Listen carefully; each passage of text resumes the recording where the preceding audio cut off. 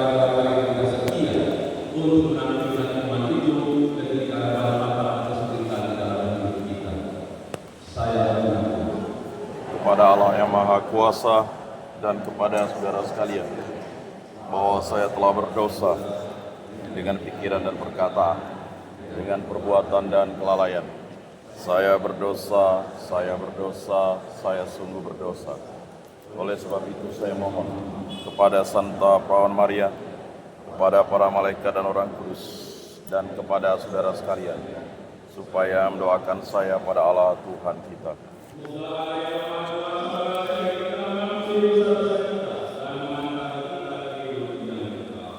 Amin.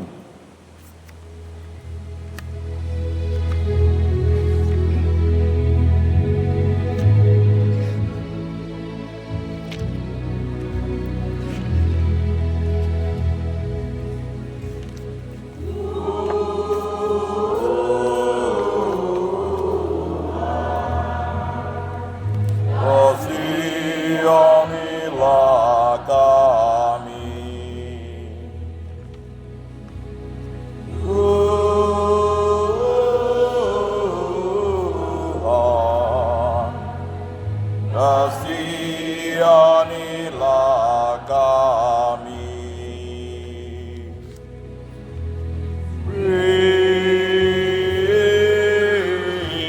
Kristus.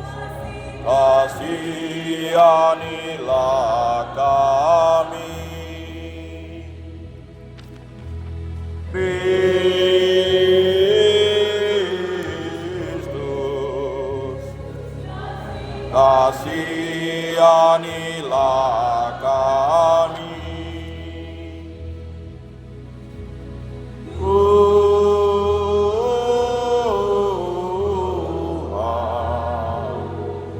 Kasihanilah kami,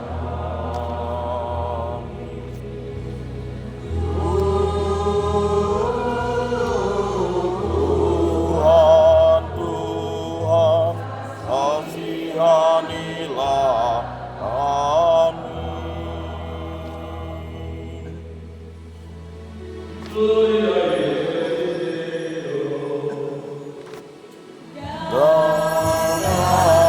Damai di bumi kepada orang yang berkenan kepadanya. Kami memuji Dia, kami meluhurkan Dia, kami menyembah Dia, kami memuliakan Dia, kami bersyukur kepadamu karena kemuliaan-Mu yang besar. Ya Tuhan Allah, Raja surgawi, Allah Bapa yang Maha Kuasa. Ya Tuhan Yesus Kristus, Putra yang tunggal. Ya Tuhan Allah, Anak Domba Allah, Putra Bapa. Engkau yang menghapus dosa dunia, kasihanilah kami. Engkau yang menghapus dosa dunia, kabulkanlah doa kami. Engkau yang duduk di sisi Bapa, kasihanilah kami, karena Engkaulah kudus, hanya Engkaulah Tuhan, hanya Engkaulah Maha Tinggi, ya Yesus bersama dengan Roh Kudus dalam kemuliaan Allah Bapa. Amin, amin, amin, amin.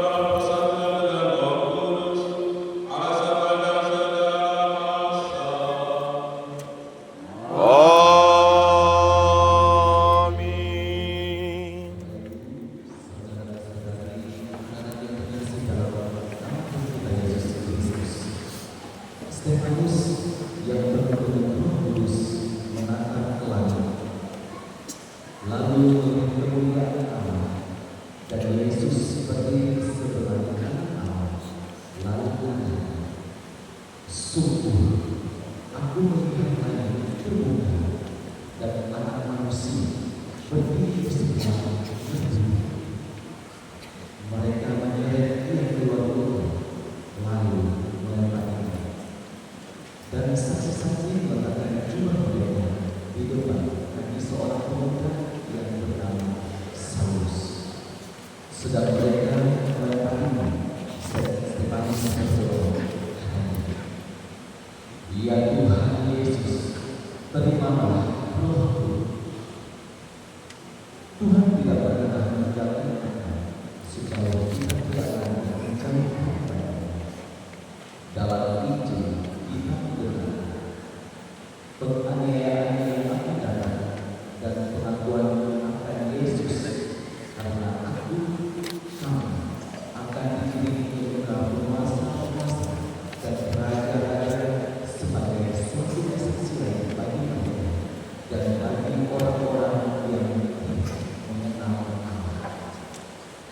Mari kita mendengarkan kisah-kisah suci berikut ini dengan penuh.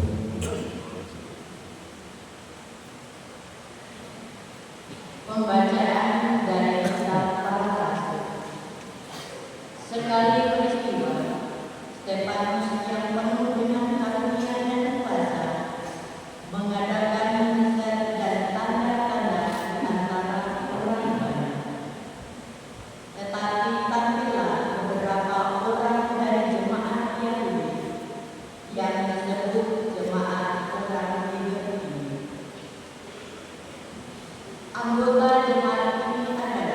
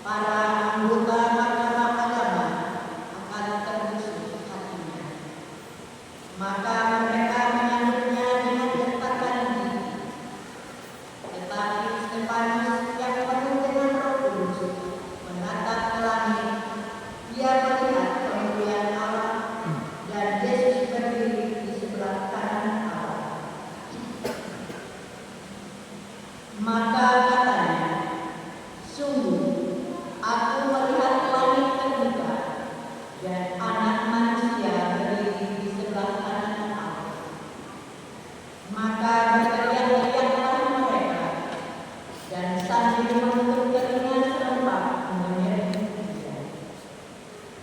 Mereka menyeret dia keluar kota, lalu melemparinya dengan batu. Dan saksi-saksi meletakkan jubah mereka di depan kaki seorang muda yang bernama Saulus. Sementara dilempari, Stefanus berdoa, "Ya Tuhan Yesus, terimalah roh." Demikianlah sabda Tuhan. Syukur kepada Allah.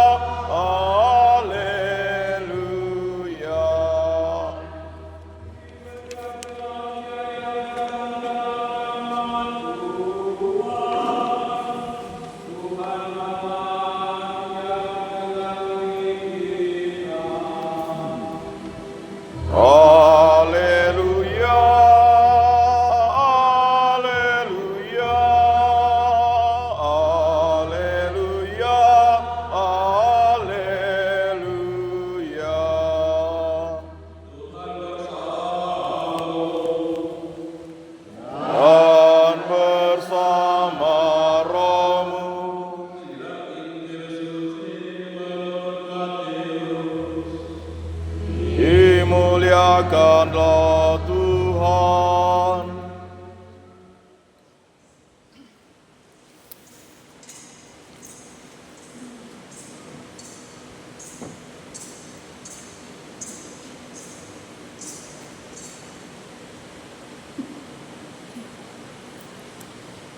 Pada waktu mengutus murid-muridnya, Yesus berkata, waspadalah terhadap semua orang, sebab ada yang akan menyerahkan kamu kepada majelis agama, dan mereka akan menyesat kamu di rumah ibadatnya.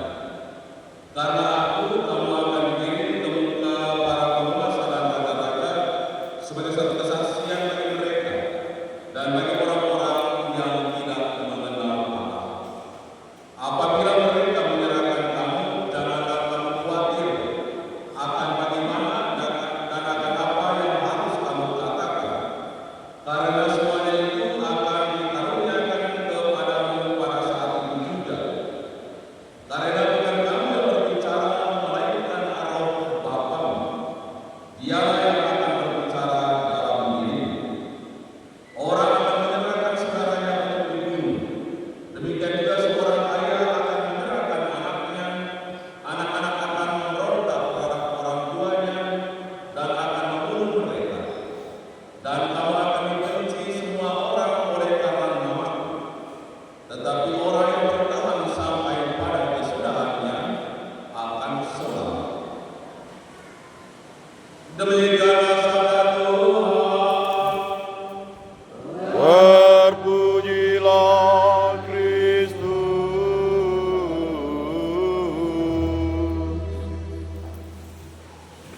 Orang yang bertahan sampai pada kesudahannya akan selamat.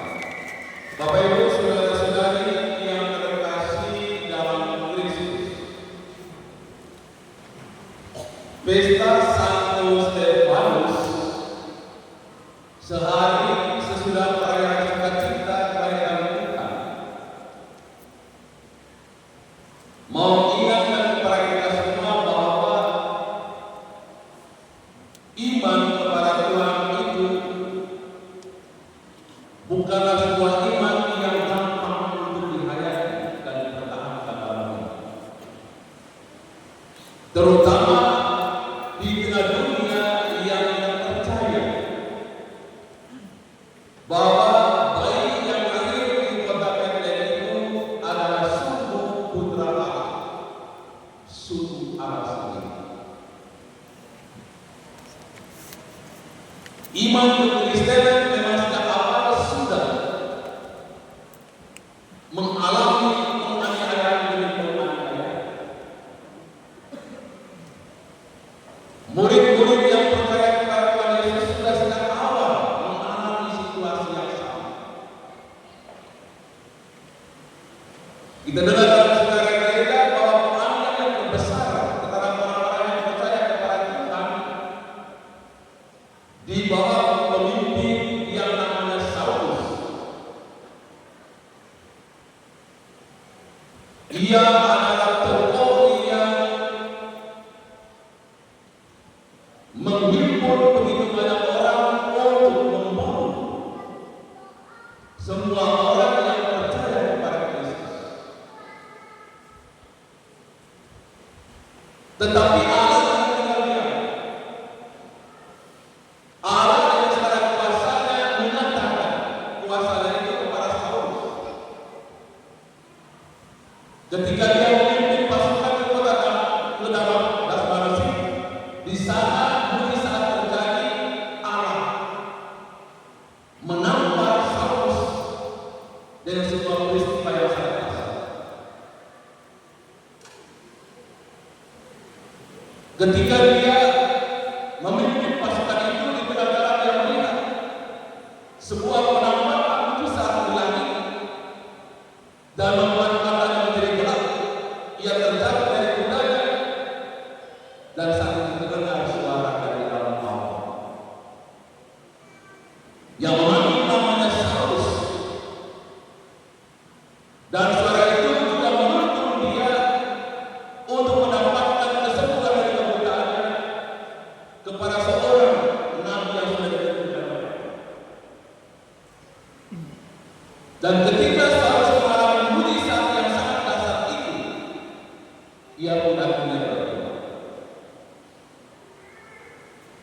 Karena peristiwa itulah namanya juga berubah menjadi Paulus. Bahwa ketika iman itu kerap kali mengalami tantangan, mengalami penganiayaan, Allah selalu bekerja di dalamnya.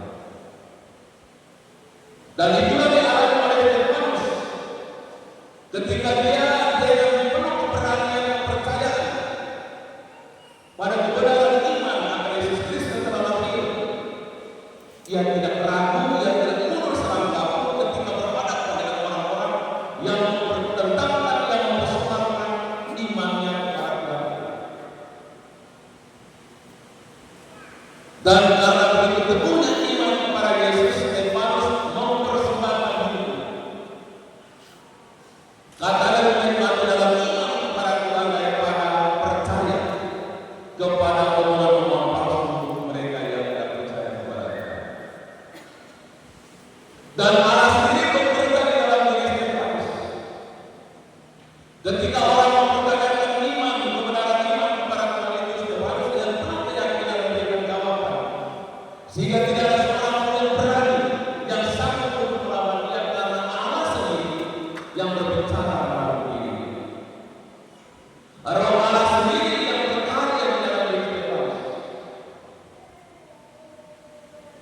Dan satu hal yang menarik bahwa ketika Stefanus mengalami penganiayaan, ia melihat penampakan Allah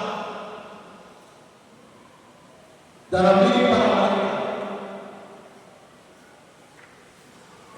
Dan kepada Allah yang ada iman itulah Stefanus menyerahkan seluruh hidupnya. Ia Tuhan, terima roh. Dan karena imannya kepada Tuhan yang begitu kuat, memampukan Stefanus untuk mendoakan para penganiayanya. Dia tidak menyimpan dendam, dia tidak membenci. Karena bagi Stefanus bahwa mereka menganiaya dia karena mereka tidak tahu, karena mereka tidak percaya siapa itu. Tapi Stefanus yang selalu percaya kepada Tuhan, terbuka hatinya untuk mengampuni, untuk memberikan maaf kepada mereka yang menganiaya dia. Dalam doanya kepada Tuhan, dia memohonkan pengampunan kepada mereka yang telah membenci, menganiaya dia. Bapak Ibu saudara-saudara yang terkasih, kelahiran dan kematian kelihatan berbeda, tetapi menyatu. Mewartakan Yesus yang lahir baru awal permulaan mewartakan tentang Allah. Mewartakan kelahiran Yesus, mewartakan wafat Yesus, mewartakan kebangkitan Yesus memang tidak mudah. Walau saat dia lahir tidak sebanyak orang yang percaya.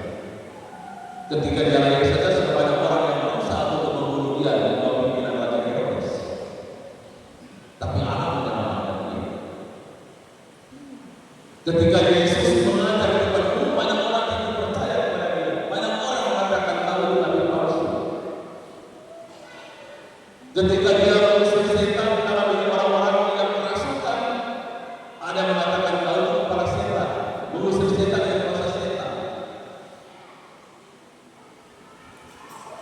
Ketika Yesus wafat di Yerusalem, mereka mengatakan itu bukan putra Allah, itu orang lain yang serupa dengan putra Allah. Dan apalagi mewartakan tentang kebangkitan dari kematian, banyak orang yang tidak percaya. Memang mewartakan Yesus dari kelahiran sampai kebangkitannya memang tidak mudah. Butuh keberanian, butuh keteguhan iman. Karena ketika kita berhadapan pada orang yang tidak percaya dan mempertanyakan iman itu, bila iman itu tidak kuat di dalam diri kita, kita bisa akan terjauh dari akar iman yang sesungguhnya. Kita dengar dalam kehidupan gereja banyak orang yang percaya kepada Tuhan pada awalnya, ketika imannya dipertanyakan akhirnya dia tinggalkan iman. Banyak orang-orang Katolik di sebuah keluarga sendiri, mereka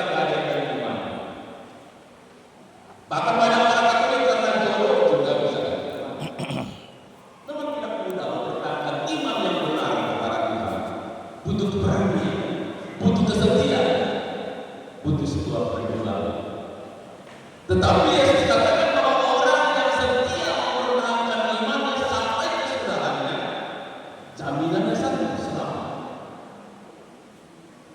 Maka bila kita setia dengan segala situasi yang kita alami mempertahankan iman itu sampai detik terakhir, Tuhan mengambil kita dari kehidupan ini, jaminan sudah ada, yakni keselamatan.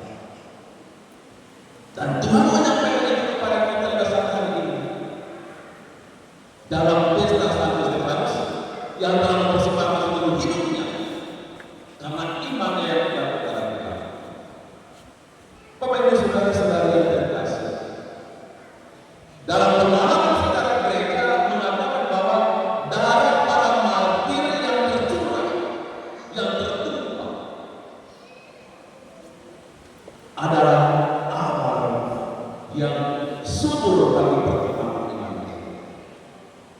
Tidak ada satupun tetesan darah para martir yang tercurah karena iman mereka yang tidak menghasilkan buah.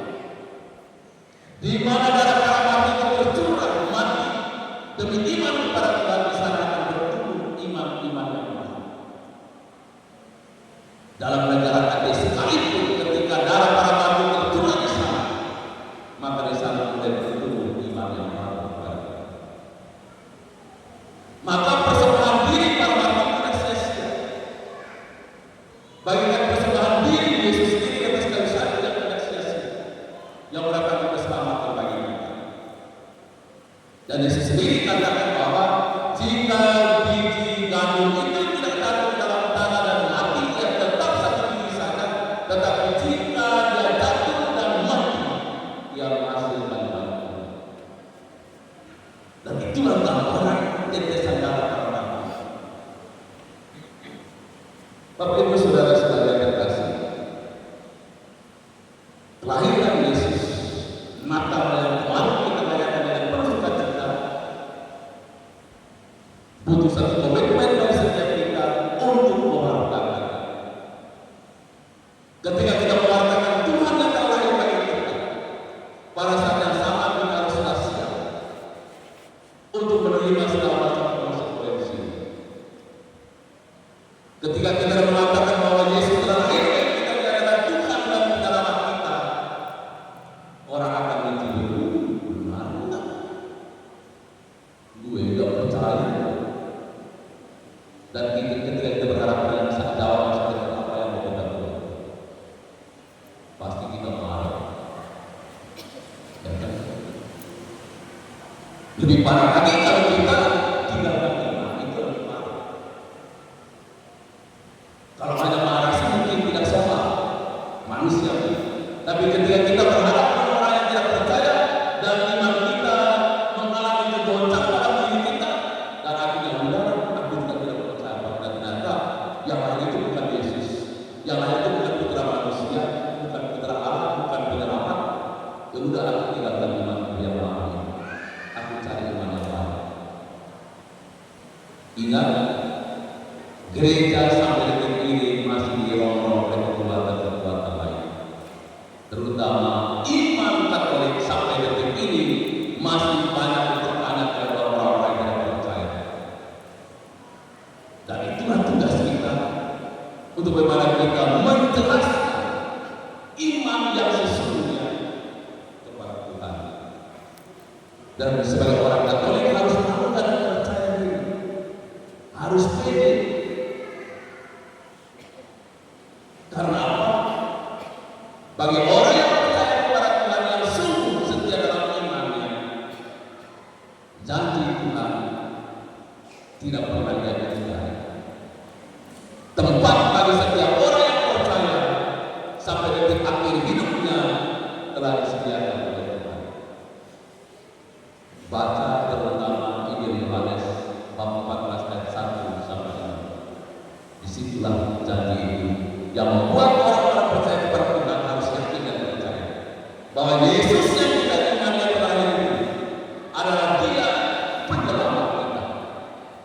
Dia tidak hanya datang untuk mewartakan keselamatan, tapi Dia sendiri yang menyediakan tempat itu bagi kita di penghujung kehidupan kita sebagai manusia. Rumah Bapa telah tersedia oleh Yesus bagi setiap orang yang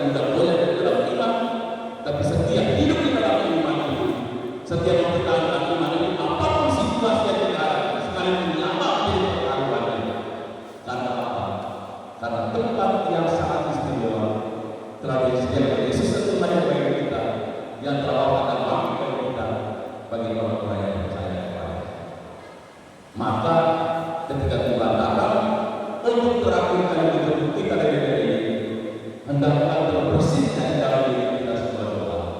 Ya Tuhan, terimalah rohku. Tuhan. Amin.